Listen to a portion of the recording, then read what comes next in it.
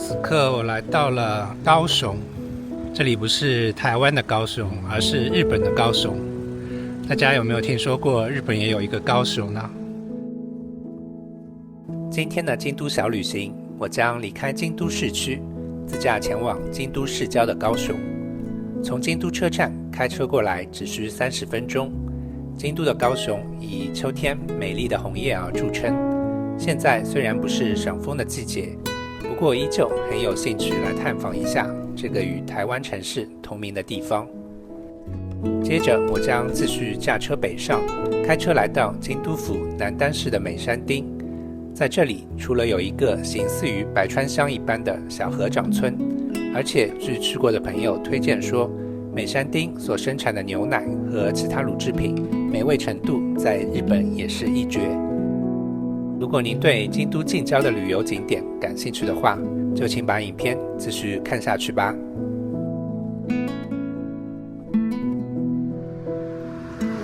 这边有一个高山寺，是高雄这里的旅游的特色。步行过去的话，大概5分钟就能到。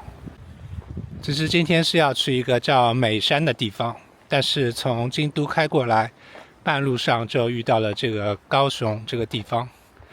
因为这名字听起来比较有意思，所以就在这里停留，稍微参观一下。然而高山寺是高雄这里的最大的一个亮点，1994年被登录为世界文化遗产。虽然已经出了京都的市区，但是这边其实还是属于京都的范围之内。但这里真的就是人要比京都市区内少好多。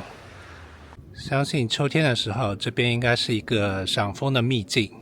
可惜的是，现在因为是冬天，所以这边光秃秃的。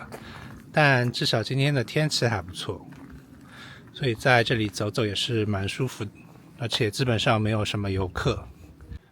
这里看到一棵被砍掉的树，从这个年轮上推测出来，应该这棵树有200-300年的年龄。很可惜，不知道为什么被砍掉了。这边有好多的大树都被砍掉了，而且每一棵感觉这个从年轮上来推理，应该都有好几百年的树龄。后来我查阅了资料，回想起2018年，原来日本关西地区所遭受的25年一遇的特大台风，不仅造成了轰动一时的大阪关西机场的联络桥损坏，京都的各大景点也都受到了不同程度的破坏。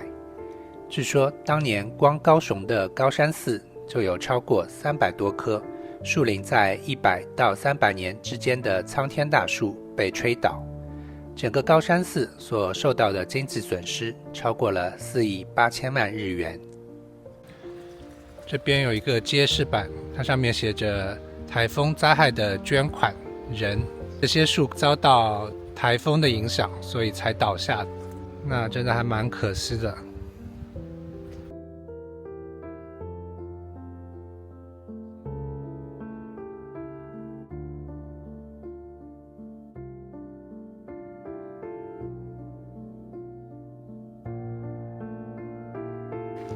这边有一颗石碑，大家看得清上面写什么吗？它竟然写着不许饮酒。不许饮酒是日语吗？还是中文？为什么会刻那么奇怪的文字在上面？由于冬天不是京都的旅游旺季，再加上高雄这边是以秋天赏枫闻名，所以整个参观的过程都觉得游客很少。如果大家来高山寺的话，记得可以去参观一下寺内的石水院，同时还要去欣赏一下国宝鸟兽人物细画，一幅以拟人化手法生动诙谐地表现动物和人物生活百态的画卷。季节的话，最建议秋天来这里赏枫。除了高山寺之外，高雄地区的神户寺和西明寺都是赏枫的好去处。不过如果只是单纯的想要逃离京都市区人挤人的区域，那无论什么季节来高雄这边放松心情，回归自然，都将是不错的选择。如果大家有兴趣来高雄，可以搭京都的巴士过来，因为我看到这边有JR的巴士可以到达这里。然后这边就是一个JR的巴士站，应该有2条线可以到吧。反正我看到有一辆8号线停在这边，现在刚刚开出来的就是8路车。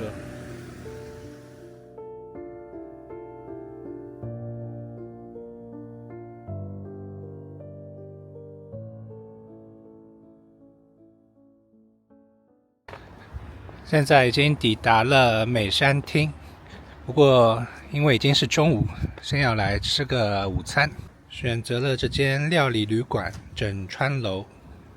枕川楼是一间料理旅馆，据说这里的住宿价格不便宜，一晚大概要4万多日元。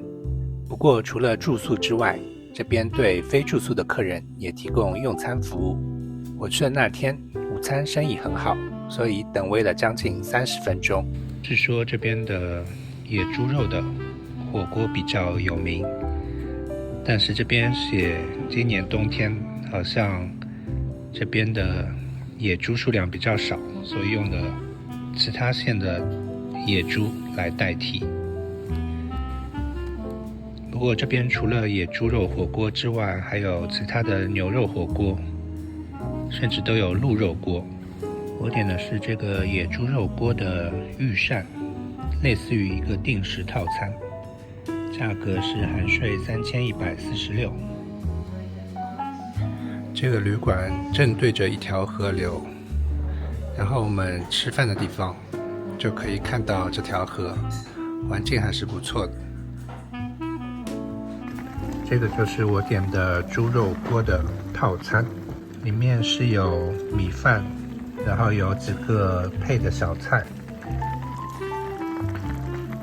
主要是这个锅里面大概有5-6片这种野猪肉，然后还有一些菌菇、豆腐和蔬菜，然后还有一个合掌屋造型的小菜在里面，这个应该是色拉。这个猪肉应该用的是还蛮好的那种野生的猪肉，但是它的数量不多，也就5-6片。然后这样一整个套餐要3000块日元的话，相对来说可能是有一点点的贵，差不多要和吃5A 子的和牛差不多的价格。可能是因为在一个蛮好的民宿里面，然后还是有一点点的风景，所以它才会定价比较高一些。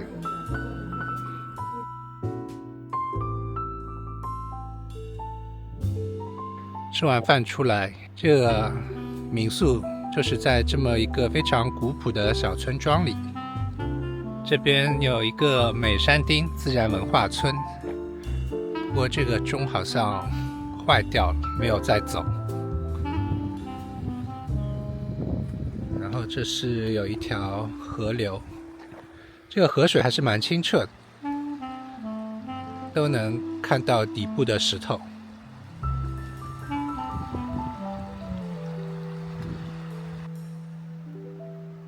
街对面还有一个神社，但这个神社好像是不能走入进去的。我所用餐的这个枕川楼，它旁边看出去就是这样一条小河。这个枕川楼的名字不知道意思是不是头枕在这个河流上睡觉的意思，如果按照中文的字面意思来解释的话。现在我是来到了美山町的这样一个合掌村，和白川乡的合掌村有一点类似。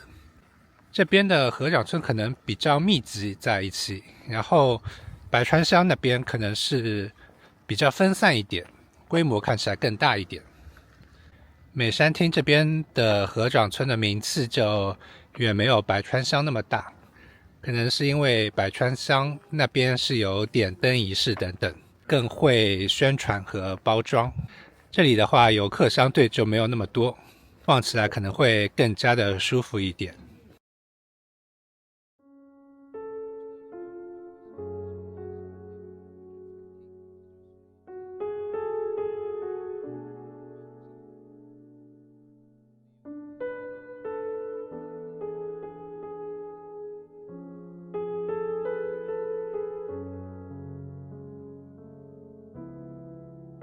这些房子还真的都是每一间都是有人住的，和百川乡那边的情况又不太一样。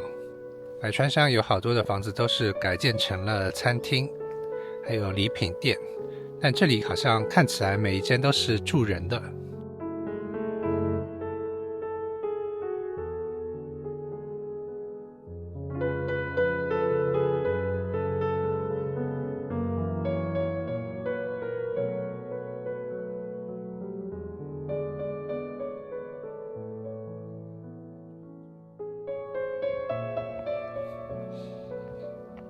这里都是一些老房子，而且都基本上没有修缮的痕迹，所以就比较古朴一点，非常自然的景象。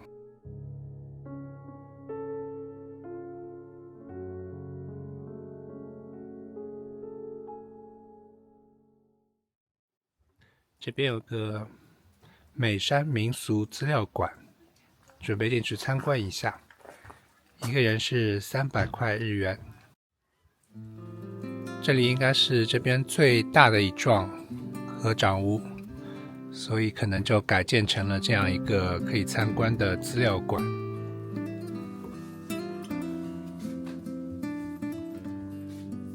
现在进到他们的这个民俗馆，也就是这个合掌屋内部来参观，主要就是看看它这个合掌屋内部结构的样子。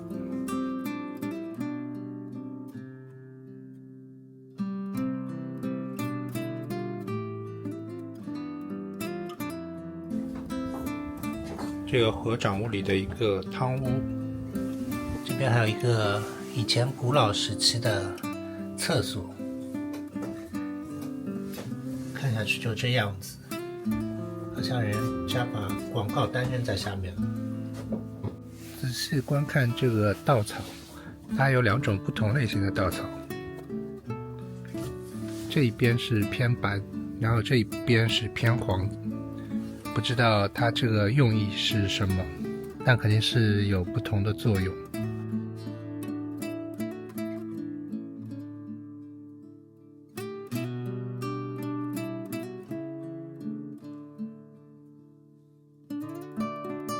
这个都是他们以前穿的草鞋，旁边这个是草编出来的一个米缸。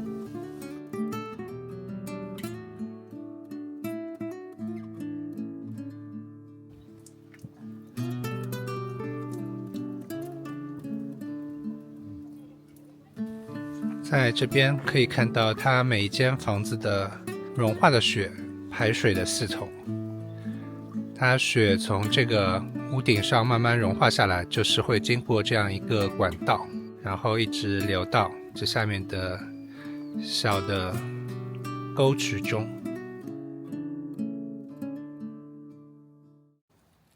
这里也有一些田地，这边的村民可以自己来种一些蔬菜来吃，像这个白菜就是他们自己种的。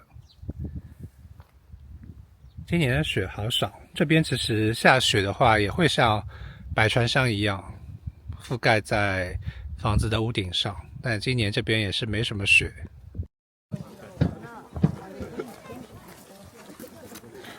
突然间这边来了一个 KKday 带领的旅游团，里面都是中文的游客，看来这个景点是 KKday 这个旅行团1日团会覆盖的，好像是会去到伊根船屋、天桥立，还有这个京都的美山町3个景点1日团。这个美山町合掌村差不多就是这个样子。其实我对这边倒也不是特别有期待，我来这边美山町主要是想要喝这里的美山牛奶，因为好多人都说这个美山牛奶特别好喝，所以我就想尝试一下。据说美山町这边是有100多头乳牛，一天可以生产3吨的牛奶。因为产量有限，所以这边的牛奶基本上只有在这附近才买得到。出了这边可能你就找不到了，因为我在京都市找过，没有看到过。所以今天就要去买美山牛乳来喝喝看。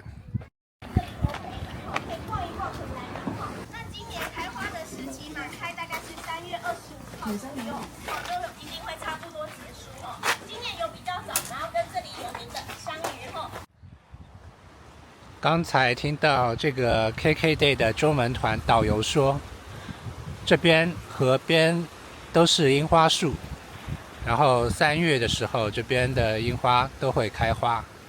那相信春天来的话，这里会更加漂亮一些。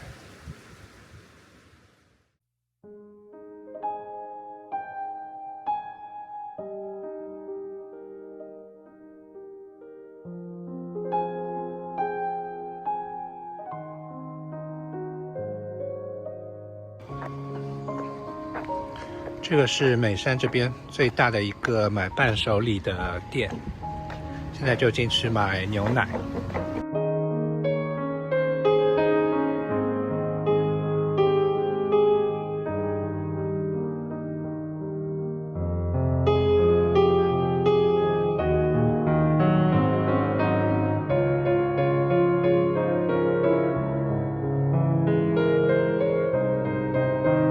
结果我买了一大瓶的美山牛乳，2个美山牛乳的泡芙，还有类似于饼干的这个东西，另外还有一个鸡蛋布丁，还有这个美山牛乳做的优格。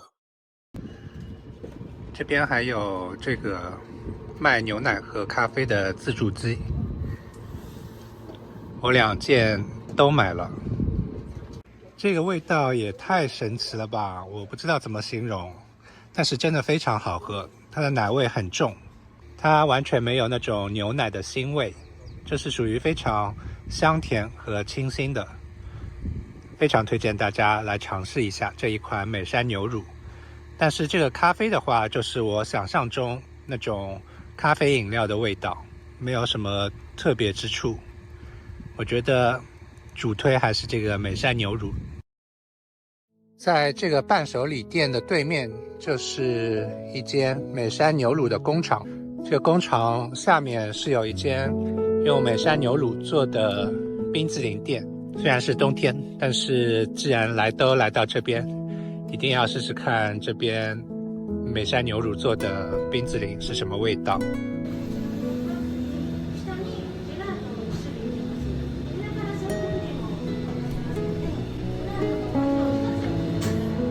它大概有10种不同口味。